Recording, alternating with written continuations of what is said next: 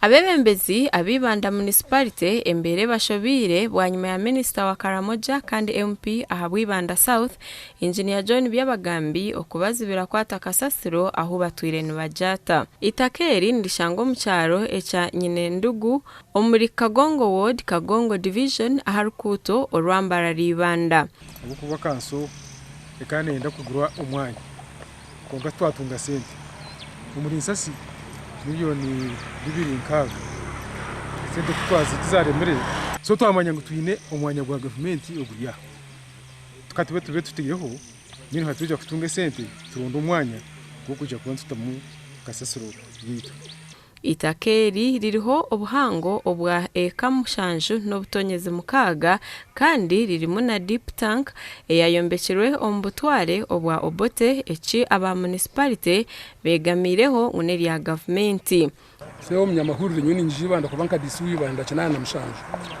1987 kaba disuyi banda ADC itakeri kashanga rufuri riri ya government ya deep tank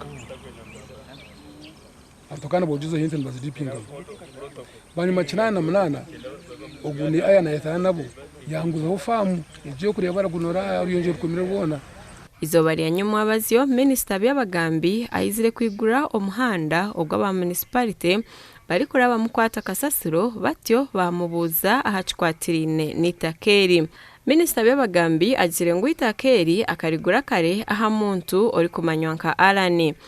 The land was released and the good thing it was done by land board.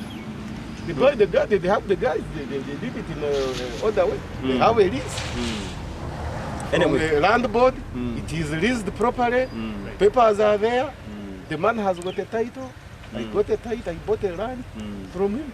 Kara ine chapa kare na manyungu mwanya nogwe tuje kubimanya uwa mugurize ndeje kutugamba no kuyagutungira bwanyuma yo koreka ngo itakeri neri ya municipality bahendire nibagira ngo baza kweyongerayo omukoti ebase kubashoborora ahanshongezi konka yitugwa hati twenda tugumizemo turebe nitwagumizemo tudampinga kusibintu habira kwe amakuraga gasha kwa Timothy Mushabe omuri Banda.